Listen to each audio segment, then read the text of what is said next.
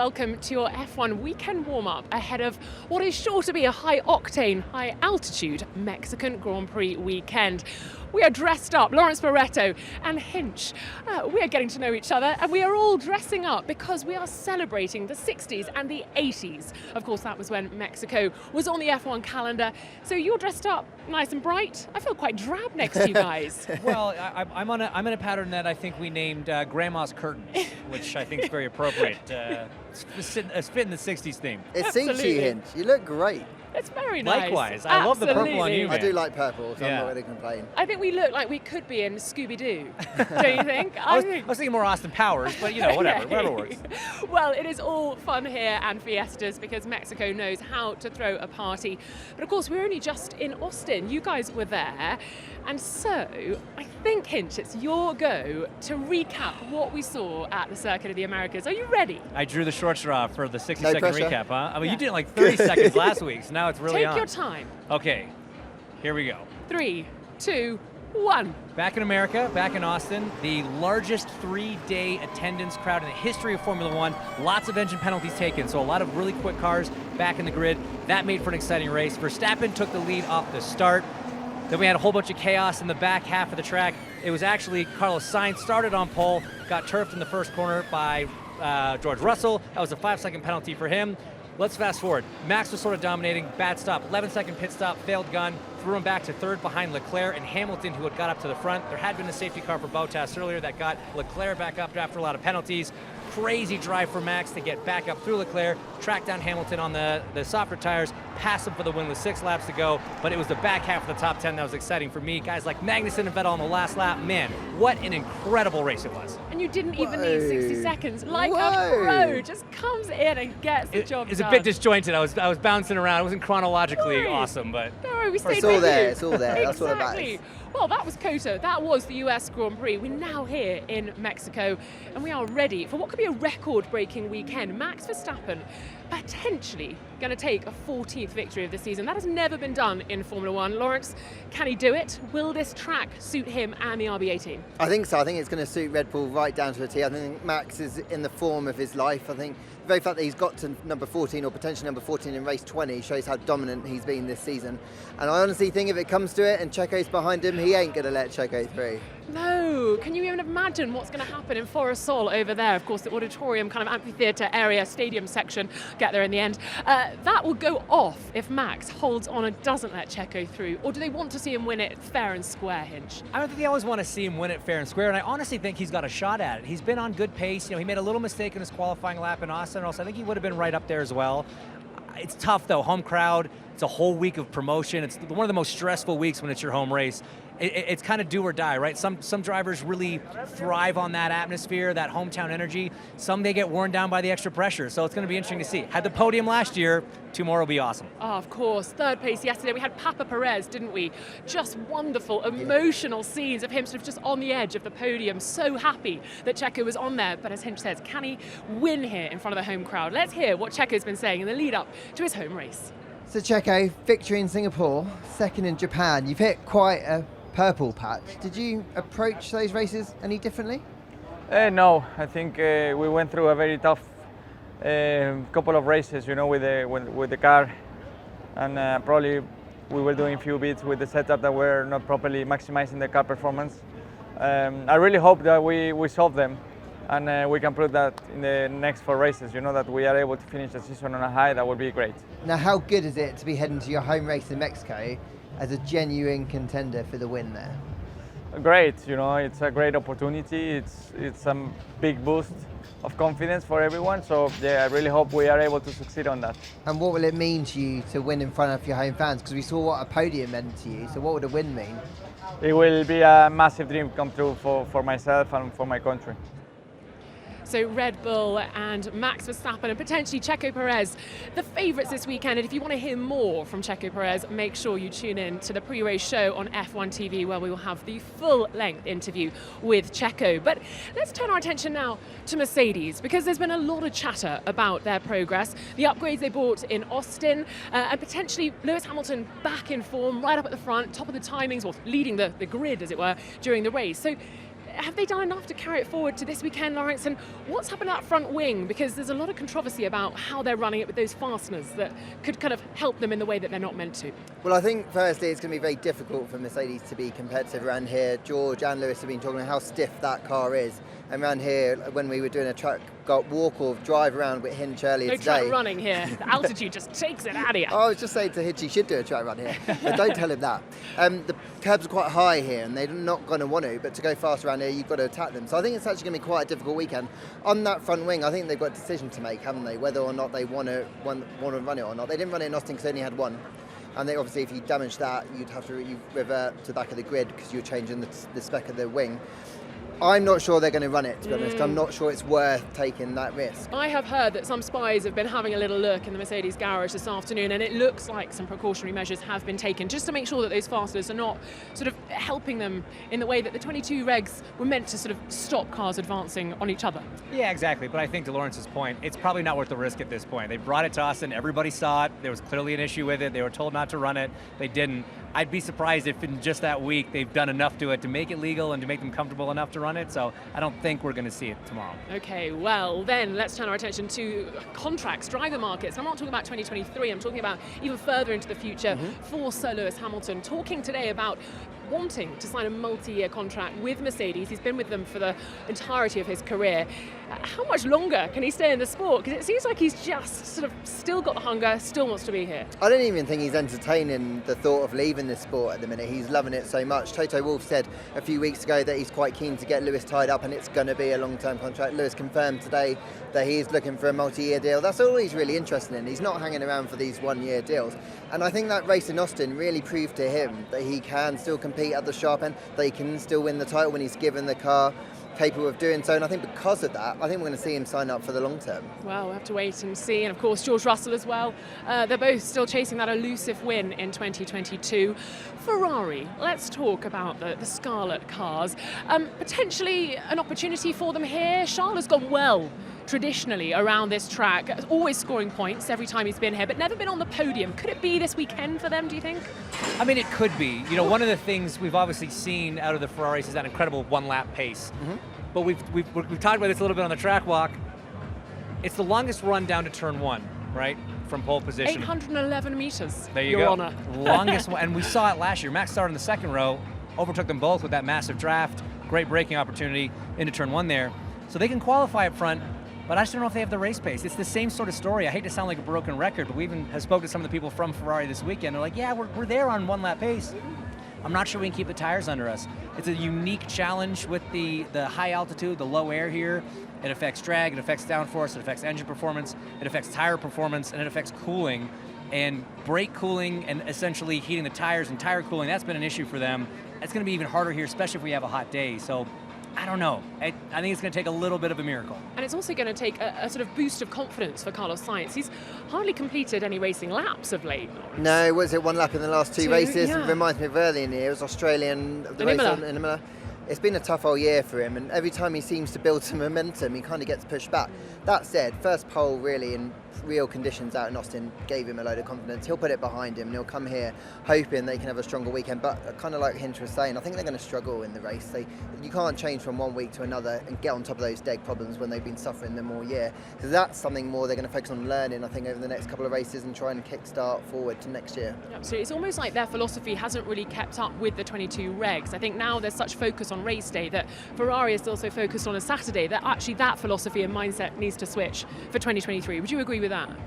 Yeah, I mean, I think, right from the get-go, they had a fast race car. And obviously they won a couple of the first Grand Prix, so the pace over the course of the race, I don't think it was them so much slowing down or changing their direction. It was just Red Bull really figured their cars out, took care of their early reliability issues, and they've just been so dominant since. It's no secret, they've said that they're really focusing on 2023 already. So anything they're doing, any changes they're making, any experiments they're trying, it's really not geared towards glory in these last couple races. It really is looking to mount that proper championship campaign in 23. Well, let's hear from Carlos Sainz then. Perhaps he could make it back-to-back poles. Let's hope he finishes the race on Sunday. Once again, the bad luck rears its head. How difficult is it to kind of switch back into weekend mode for this one, having had such a great Saturday? Yeah. And you've had so many great Saturdays recently, but then the Sunday just... Yeah. it is not easy, but it is true that when it's not your fault, it's easier to digest.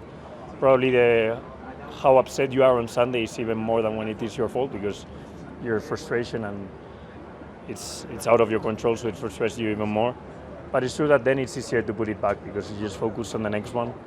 And life has taught me always to focus on the next one, that it ends up coming. No? And the good thing is, as you said, that we have the speed.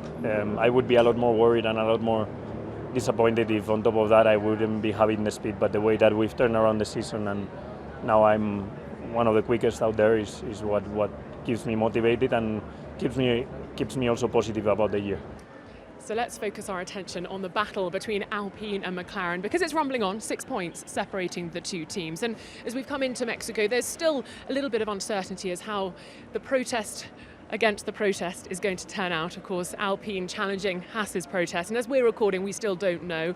Any feeling on how that may or may not go, Lawrence, at this stage? No, I'm not going to try and guess. I'm just going to wait and see what comes out. Early predictions for you. Well, we'll keep an eye on that, and of course, you can find out more about what unfolds from that protest of the protest on F1.com over the weekend. But in terms of Alpine, last weekend Esteban Ocon was running a different floor. Do you feel they got what they were looking for last weekend out of that floor, the information, the knowledge? I think they got the information and the knowledge. I don't think it was the information or knowledge they really wanted. You know, we saw him struggle compared to Fernando Alonso throughout practice, throughout qualifying, and then especially throughout the race. I mean, you cannot give Fernando enough credit for the race that he had, getting up into the points after the penalty. Obviously, that airborne collision with Lance Stroll. That was 42G. I read that today, 42G. Unreal. Amazing. I talked to him afterwards. I said, how's your back? He's like, yeah, not great. I mean, that's a hard landing in a Formula car. And then the fact that he got himself back up into the points after that, and then, you know, all the controversy about whether or not he's going to get those points back. You're just, as a driver, you're just so heartbroken for him. That drive was incredible. And I love the fact that even though, you know, his days are numbered here at the team, he's obviously not giving up at all. He's not checked out. He is going to run 100% of every lap until that last lap in Abu Dhabi, and that's what I think everybody loves about Fernando. But I'm not sure the floor situation really panned out the way they were hoping. Do you think that was data gathering for next year? And well, Fernando gets to run it this weekend, so he'll get the 2 this weekend, and then they'll both get it in Brazil next time out. So yeah, it's just data gathering. It was a really small detail, I think, towards the rear of the floor. I know this because I talked to Alan Permain, basically, so he's told me exactly what's happened. And so it's just constant development, but it did deliver what the data was saying back at base, so correlation is good. And look, that team have brought a ton of upgrades this year, and they've always delivered, so I think that really bodes well for next year. And they've got the 4th best car on the grid, so if they don't get P4 in the championship, then I think that's going to be a huge amount of disappointment, and they've kind of probably let themselves down a little bit. And of course, battling fiercely with McLaren, Lando Norris, Daniel Ricciardo. Not a great weekend for Daniel, but in a way, and Hinch, you probably can sort of identify with this, quick races in succession now, just a few days and they're back in, so managing to get back in and sort of sort the mindset out and go again. Yeah, I think in a lot of ways it's probably a good thing for Daniel to be having back-to-back races here. When you have a bad weekend, you want to just get back in the race car and kind of put it behind you, so we'll see. It's tough. Obviously, we know how much he loves the United States and how much he loves racing. Rain or a bug just flew on my face, but we'll just go with it. Little bug. I think I'm using it. Got my protein for the day. Excellent. So no, I think it is good for him. But man, he just really needs a good weekend. He needs a solid weekend compared to Lando. Hopefully, I'm not quite sure where the McLarens we're gonna shake out here with these kind of unique conditions in Mexico. I'm not sure how this track's going to work for them, but hopefully, it's a strong one for them. And I think that's what both the drivers have been saying. It's such a unique challenge, this circuit, and particularly McLaren talking coming into the weekend, that it's so difficult to know how to set your car up. And there are so many unknowns when it comes to the cars this year, up and down the grid, aren't there, Lawrence? Yeah, and I think for McLaren particularly, they've had weekends where they've been strong and where they thought they were going to be, and then actually down the other end of the spectrum, they've really struggled. I think what will help Daniel this weekend is that this is a circuit he generally is very good at, and I think that will help his confidence. A couple of days in Austin, he loves it. He's got a lot of friends and family there. So already, having spoken to him on Sunday when he was as down as he's been all year to where he was today, I think it's night and day, and I think that will really help. He'll come to a track that he likes. Lando, well, he's just been delivering result after result after result. I know they're not like really spectacular on paper, but actually with the car that he's got, he's out driving that thing, and I would argue that he's driven better this year than he's ever driven before. Well, let's hear how he's feeling heading into the Mexican Grand Prix weekend. Let's talk this weekend quickly then. Big barn door on the back, and yet because of the altitude, very little downforce. Yes. How tough does that make it? And what do you think the weekend will look like for you guys? It does make it very tough. You have to set up the car in quite a few different ways. How you have to drive the car can be quite different as well. So it's a challenge for myself, challenge for the mechanics, the engineers to set up in a way we probably haven't experienced with this type of car yet. it's also just challenging circuit at the same time. But I look forward to it. It's a fun one, one of the more enjoyable ones, and we do have a big challenge with the Alpines and the Astons, so I look forward to that too. AlphaTauri then. I feel like we're on a catwalk in these outfits. I don't know about you, I'm loving it. AlphaTauri, we've got a driver switch for FP1. Yuki's out for Liam Lawson, having a go as part of the young driver programme. Quite a tricky one to come into as a young driver, do you reckon, with these different conditions? Because the car behaves so differently here, a little bit more slippy. Yeah, exactly right. I mean, we have Monaco levels of downforce, but Monza speeds. And it's about 20% downforce loss because of how much less dense the air is. And so for the drivers, yeah, you are used to the car performing a certain way in corners, knowing, hey, this type of corner is going to roughly feel like this.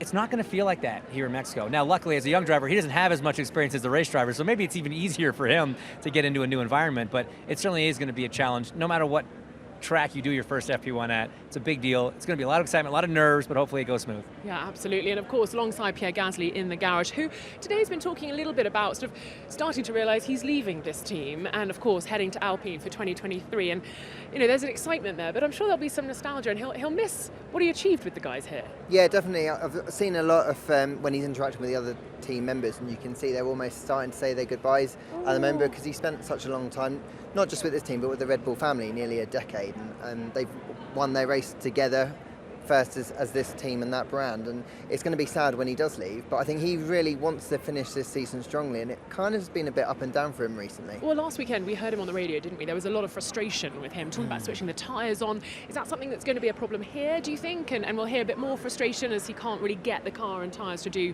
what he wants? I think we're going to have a lot of drivers complaining that they can't get the tyres working around here. I think there's going to be a real issue. Pushing you into that subject.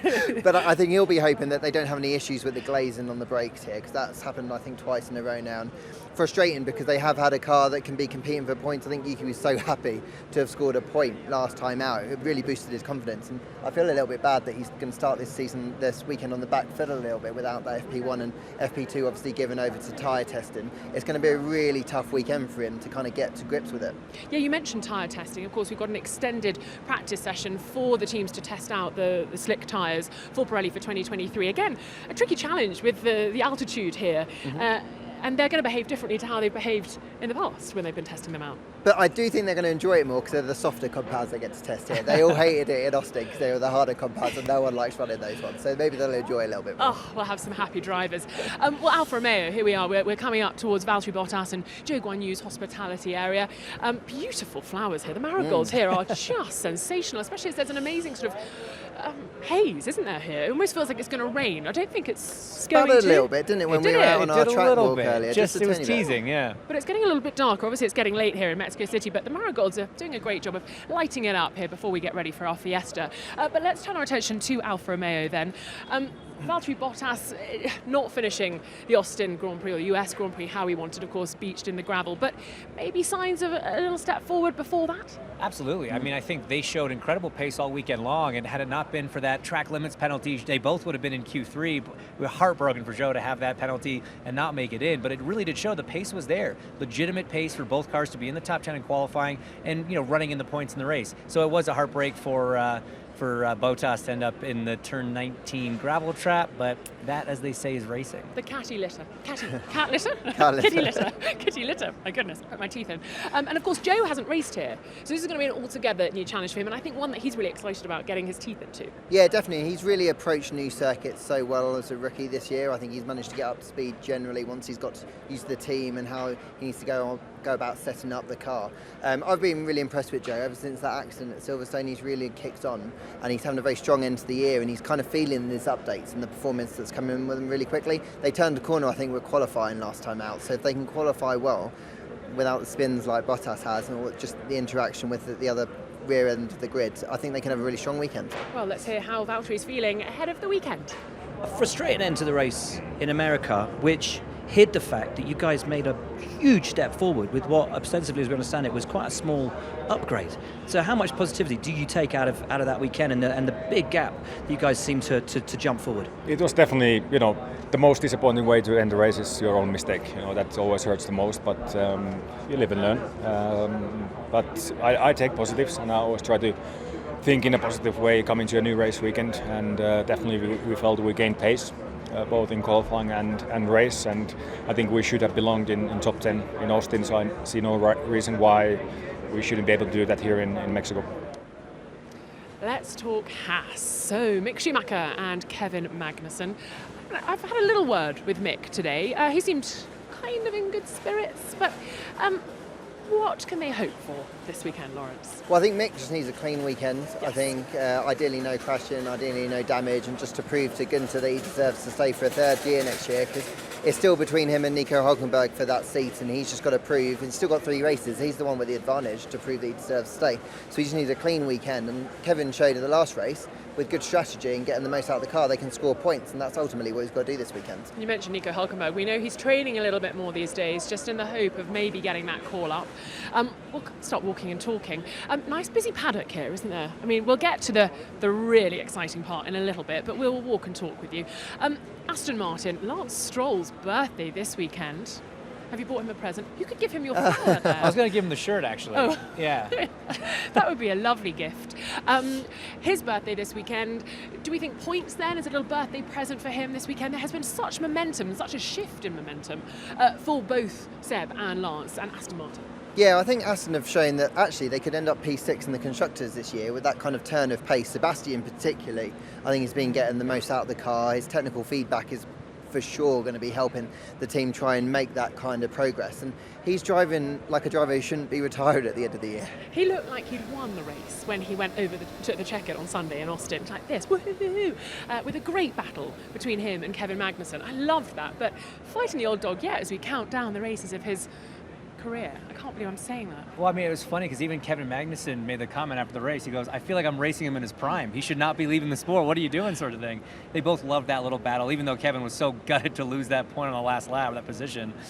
Still a great effort from him. And yeah, Seb's just been absolutely on it. Lance, it's his birthday. It would be great if he got points. I think he needs to win a little favor back after what happened last week. The loss of points, they were both running in the top 10. It could have been a double point score for Aston, and all kind of went unraveled there. It certainly did. That was a big hit. But then we'll turn our attention here. As you can see, lots of media all getting set. A lot of people obviously wanting to have a word with Checo Perez. I think they're all getting set for that. But let's turn our attention then to Williams. Another driver change. And actually, we haven't mentioned all the driver changes, have we? We've got Nick de Vries in for George Russell, Liam Lawson in for Yuki, which we did talk about. We've got Pietro Fittipaldi in for Kevin Magnussen. We've got Jack Doohan in for Esteban Ocon, and then we've got Logan Sargent in for Alex Albon. Yeah. There we go. Just trying to remember all of them. So many changes. And yes, so we have Logan in for Alex. We've talked about it, obviously, back to back, with Logan having been out in Austin and then now here. Very different scenario, but key that he has these sessions now with the team to make sure he has a place on the grid next year. Well, and that's just it, right? It's not even necessarily just about him getting used to the team or the car. It really, at this point, is about those super license points. And 100 kilometers done in practice here gets him that extra point. Every point counts at this stage when he goes into that last race in Abu Dhabi, because he's in a good position in the championship in F2, but the points battle is close. There can be things outside of his control that could take that away from him, which would be absolutely tragic. So yeah, this is just about going through the motions, getting the mileage in, and not making any mistakes. Absolutely. And of course then Alex Albon slightly on the back foot in terms of his preparation for the weekend. But this car, the Williams car, is slippery. So with a track that is so bizarre in its characteristics, this could suit Williams quite well, given the sort of Monza layout in a way. But I know there's then the downforce of Monaco. So. Yeah, I think that Alex has just done a really good job of hustling the car this year, even when it gets very slippery and the rear end doesn't do what he is expecting it to do. He seemed to be able to control it more so than Nicholas Latifi. So actually, I think he's going to come here, having done a great race in Austin where he wasn't expecting to be that quick, and that car sucks when it's windy, and he almost scored points. So frankly, I think he's going to come here with massive confidence that he can have a good weekend. You've been in Northern America for too long. You're just dropping in sucks. We're hanging around Hinch too much, really. I like it, though. Well, let's hear from Alex Albon ahead of his weekend. And a little breezy here, but I don't think quite as windy as it was at Kota. Look, great race last weekend. Great quali as well. Were you guys pretty gutted not to finish in the points? Because I got to say, the drive deserved it. Yeah. It was slightly frustrating. If the race was a few laps shorter, we would have got points. I guess the way to see it is we're in a position where we didn't expect to be, really. And if you take that perspective, the positives are already there.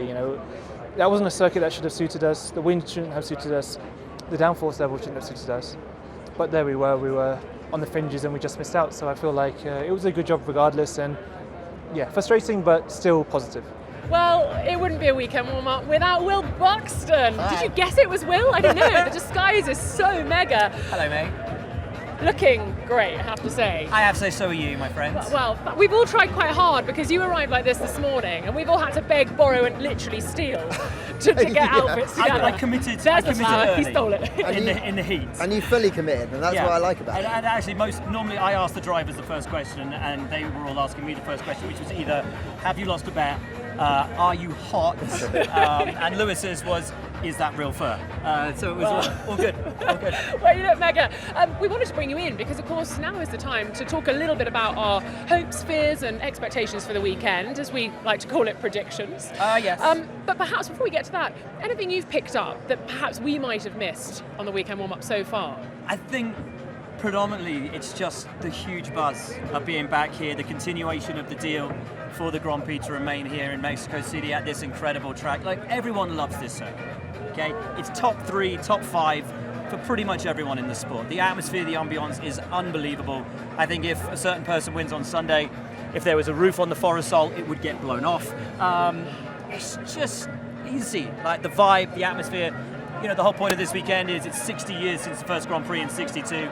60s themed party for tonight, which is obviously why we're wearing what we're wearing. So everyone just, even the photographers are getting in on it. Yeah, you know, everyone is just, I think, enamored with this place, the circuit, what it is. Okay, we don't always get the best Grand Prix here, but we get the best ambience as it's starting to rain, so we should probably do our predictions. A little bit of spinning going on. We've got Fiesta is awaiting us. So without further ado, let's get the predictions going. I will ask you, first in, first to go, or last in, first to go. So Carlos told me earlier he reckons it's going to be a 6-way fight for the win between the top 3 teams. I'm going to go, because I think everybody ultimately wants to see it, a Checo win. It would be phenomenal. And then I reckon a Carlos P2 and a Lewis P3. Okay. Lawrence, you're nodding. Were you somewhere along those lines? Yeah, I'm going to go for a Checo win. So he reckons he gets an extra couple of tenths from all the crowd that are here. So I think that's going to push him over the line. I think it's going to be Max second and Carlos third. Okay, lovely. Hinch, what about you? I mean, look, this is not a very creative group, apparently. I was going to go Red Bull 1-2, but Checo, Max. But I'm going to throw Russell. I'm going to throw George Russell in for P3. Okay, and then I'm going to go Checo as well, just because I really want this place to go off on Sunday. It is always great. You know we've jinxed him now, right? I know, don't. It'll be a Daniel Ricciardo in Australia situation, hitting a gutter on the way down to the turn one, but never mind. Checo, then I'm going to say Carlos, and then I'm going to say George Russell. So there we go. Big drops of rain now. Guys, thank you so much. What a cracking weekend warm-up. I think it might be time for a taco and a tequila. Anyone in? Done. Adios. That's your weekend warm-up. Bye!